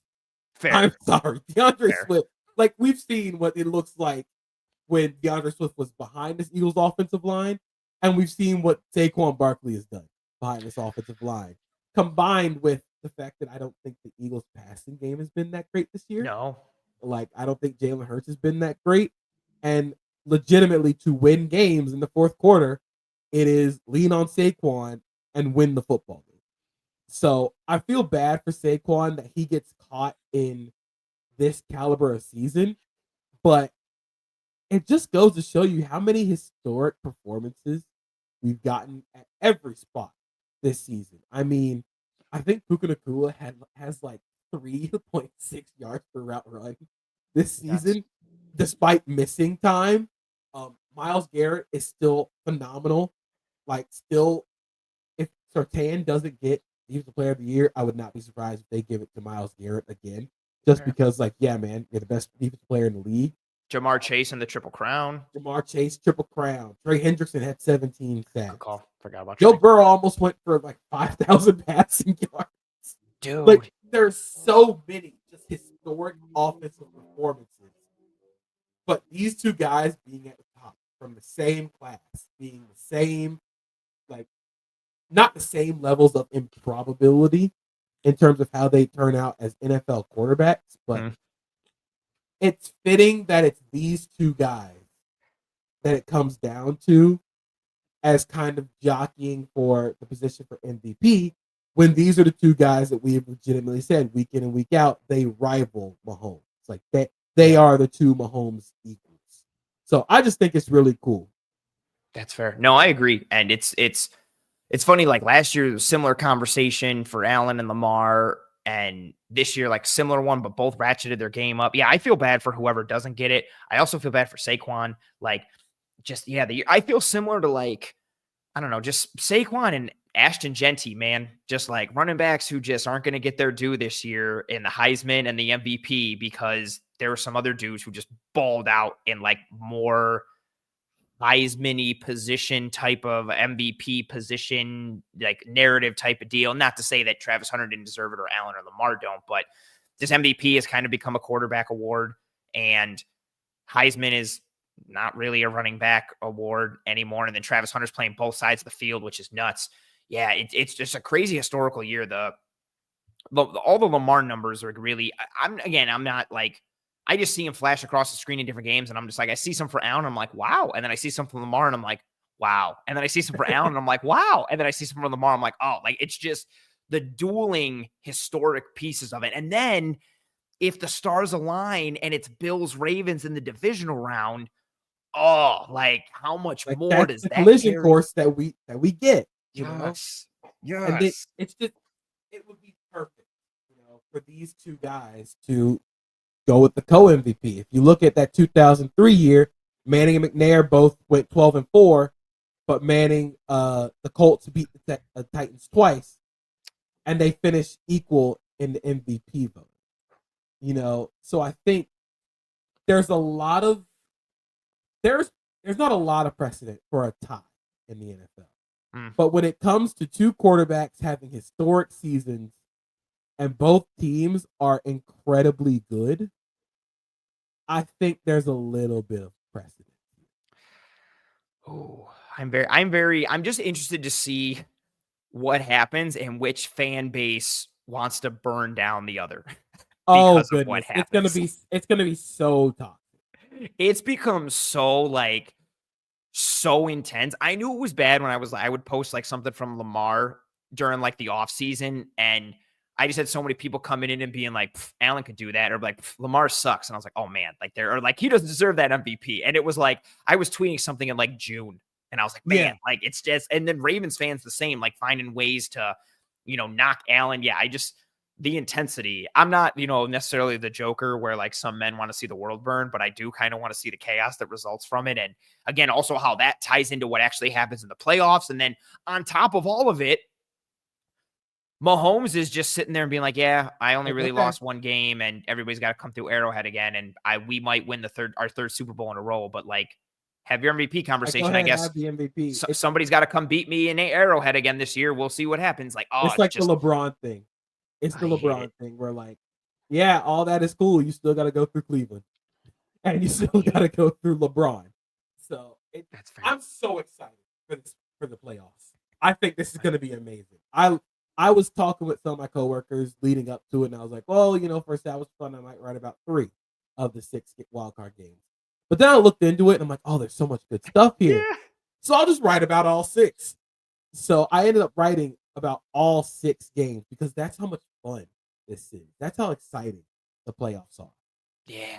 There's a lot of good matchups in this one, and I'm pumped to see how everything kind of shakes out. You can make a case for any of these games in a multitude of ways, and yeah, how it ties into individual awards in the season. Thought it was a fun conversation to kind of put this into perspective a little bit. Again, this article, this tweet, everything presented by our friends at BetUS, who, if you are looking for a new sportsbook this football season, BetUS is the answer. They have the fastest payouts in the industry, a 150% bonus on your first deposit, and then a 125% bonus on your next 2 deposits up to $2,000 with code YouTube150. That's code YouTube150. They give you a fast and easy deposit and withdrawal process, 24/7 personalized service, 365 days a year, live wagering on all major games, the best betting variety in the business. They allow you to get 10% back on your net losses twice a year, and they can give you your very own personal account manager. Go to BetUS for all of your sportsbook needs, regardless of sport. An hour and a half, hour and 35 for us so far, which honestly is kind of under maybe our average, which is normally like hour 45. No, I think the first couple was like hour and 10. Every time it went up, it was like hour 10, hour 20. We had one that was like hour and 50, or no, we had one that was, I think, 2 hours plus. We went 2 hours plus on one of them. But this is fun. I love talking football with you. I love talking about the schematics of the game. And I genuinely am excited for this football game, this specific one, because it just feels like 2 teams that their strengths align with each other very well.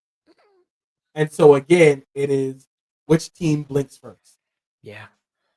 And I also, too, like, I just know one thing that I think, too, like within the blinking aspect, I know that yin and yang of Josh Allen is still in there.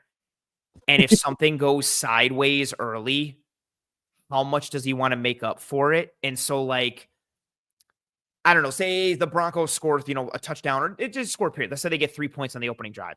And then the Bills get the ball second. Allen makes a stupid throw and it's an interception. And then the Broncos score a touchdown and it's 10-0. How much does he want to get it all back? And do we get another mistake? And like, does that ever come? Because we haven't seen that Josh Allen this year. No jinx. Fingers crossed, all that kind of stuff.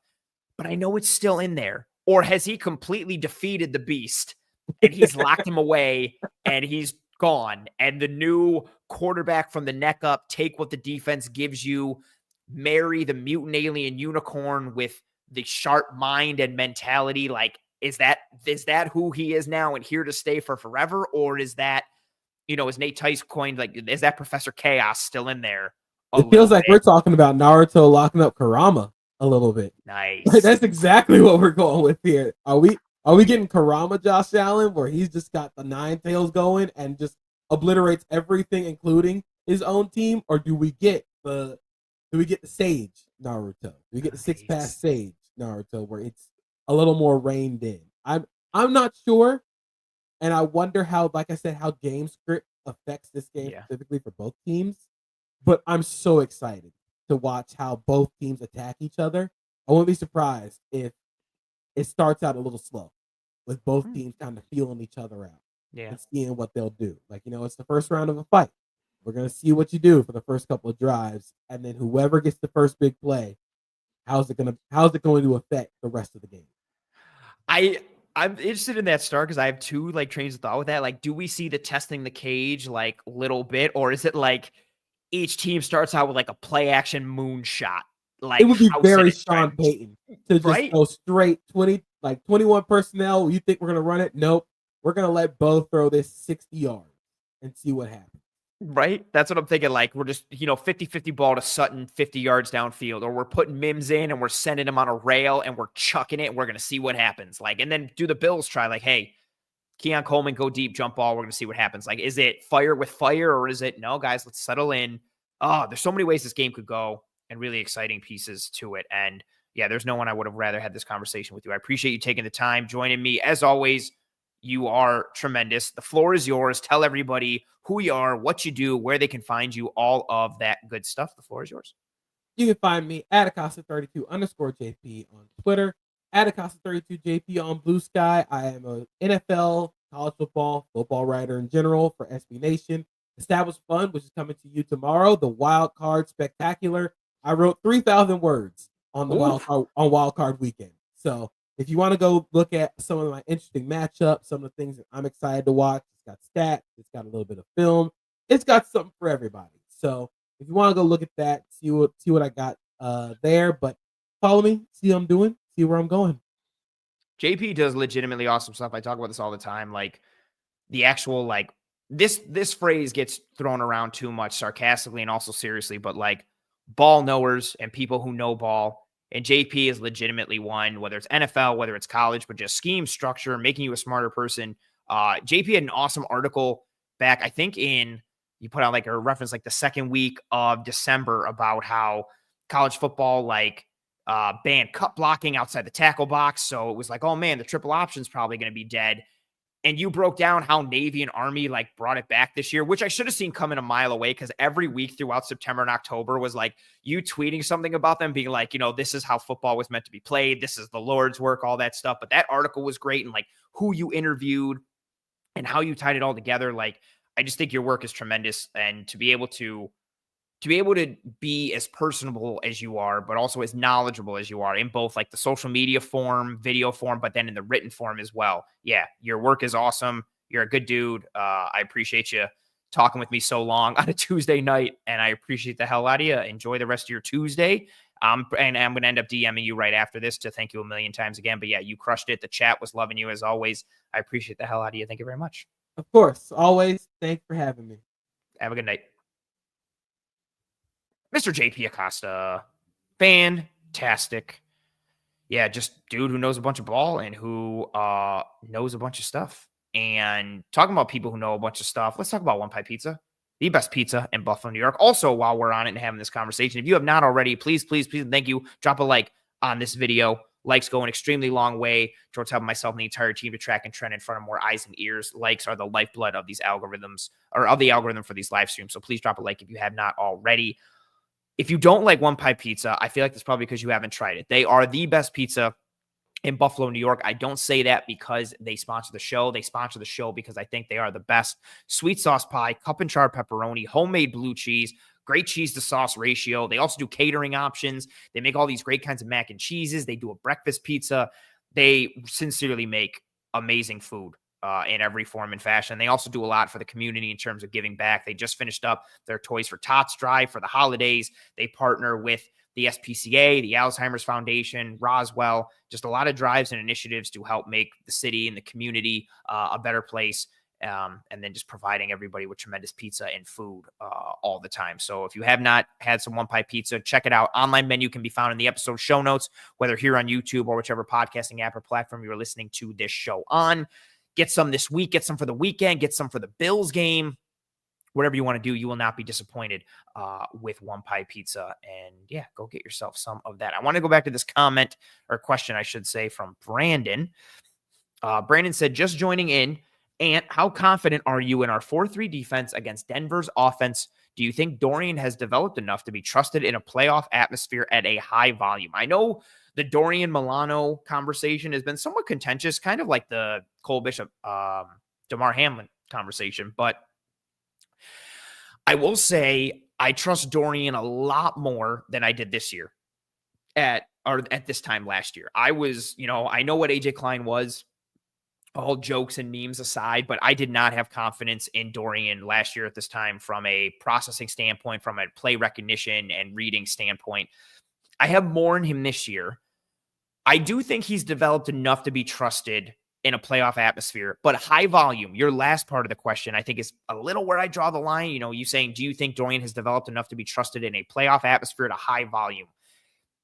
High volume is where I draw the line. I don't trust him enough to be a full-on 90% snaps, 90% of the snaps. Like, I don't trust him for that. I trust him to be, the third linebacker on the field if they want to go true 4-3 or if they want to go base. I trust him to see these looks on the line of scrimmage or coming forward, using him really to attack and play the run more than anything.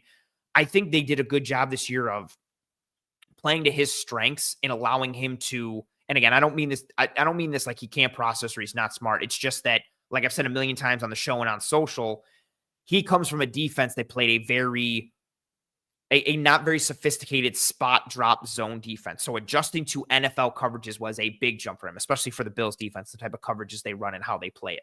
So he's still learning. He's made large strides this year versus last year. I don't trust him in a high volume, but I do trust him as as the third linebacker on the field, using him situationally. Again, I like how they tapped into his skill set and his traits and where he is in his development this year, even when he was playing alongside Bernard. So I think he's done a good job. I trust him to see meaningful snaps in this game, not at a high volume. I, hands down, would rather have Milano than Dorian right now, especially with how Milano's been kind of improving a little bit physically each week since he came back from the injury in December. But yeah, I do think Dorian has made significant strides in his game versus last year. But I still do have some questions about him getting misled in coverage, his coverage in general, but, just taking the bait, eye candy, misdirection, being put into bad position or putting himself out of position, I should say, in a variety of ways. But again, he's had a good year. I'm excited to kind of see what he is going forward, what that looks like long-term, how that intertwines with Milano's trajectory. So we'll kind of see what happens to that. But good question. I like that. Alex saying the second seed team used to have a first-round bye. I know, and I pulled that up because Kay Morey had a great comment saying the Bills have consistently been the 2 seed since they introduced the 7 seed. I laugh out loud. I don't like it. Yeah, since it was like, oh, the top 2 seeds don't get a bye anymore, the Bills have gotten the 2 seeds so much and just not had that bye, which is extremely unfortunate and annoying. Michael Ness, I see your comment in there, and thank you very much. I greatly appreciate it. I don't pull up positive things I get, especially when I'm solo. I just feel like it's corny to be like, hey, look what this person in the chat said about me. That's really nice. Thank you so much. But I see your comment, Michael. I appreciate it very much. That's awesome. Happy New Year's to you and yours. So thank you very much for that. I appreciate it sincerely. I'm going to throw up the banner that says Toodles, folks, because we're going to start to wind down in this episode. If you have not already, please, and thank you, drop a like on this video here on YouTube. It goes a sincerely long way towards helping myself and the entire team to track and trend in front of more eyes and ears. Turn on notifications for the Disguise Coverage playlist here on YouTube. Subscribe to the Cover One channel on YouTube as a whole. We have you covered pretty much every single day of the week with various levels of Bills content. If you are listening to this show on one of the podcasting apps or platforms, that's cool too. Spotify, Apple Podcasts, Google, where have you. Oh, I was so close to having no flubs in this episode, but alas. Please rate and review and subscribe to this show and the channel on whatever podcasting app or platform you're listening to this show on. I hope you folks enjoyed this episode. If you want more content, deeper dives into different aspects, film breakdowns, a bunch of stuff, you can find me on Twitter at @pro__ant. You can find me on Blue Sky at @ProAnt.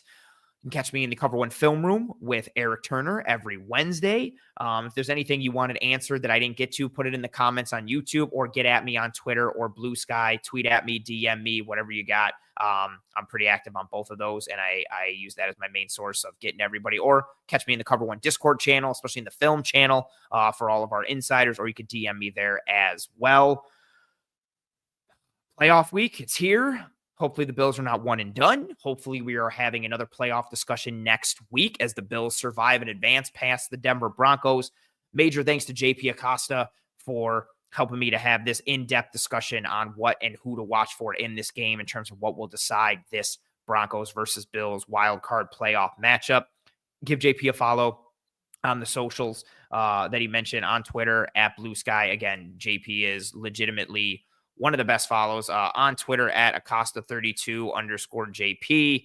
And then Blue Sky I believe it is the same thing, just with no underscore. So Acosta 32 JP. Again, he's well worth the time. Hope you folks enjoyed his work. Hope you folks enjoyed this episode. I hope you and your family and friends and loved ones are all doing well and staying safe. Be kind to one another. Take care of one another. If you're going to the game this weekend, have a great time. Be safe. Cheer loudly. Make it tough for the Broncos. Godspeed. I will see you when I see you. Be kind to one another. I'm trying to think of the outro because I threw myself on purpose. Yep. Godspeed. I'll see you when I see you. See you in the film room or see you in Disguise coverage next week. And until then, Godspeed. And as always, go Bills.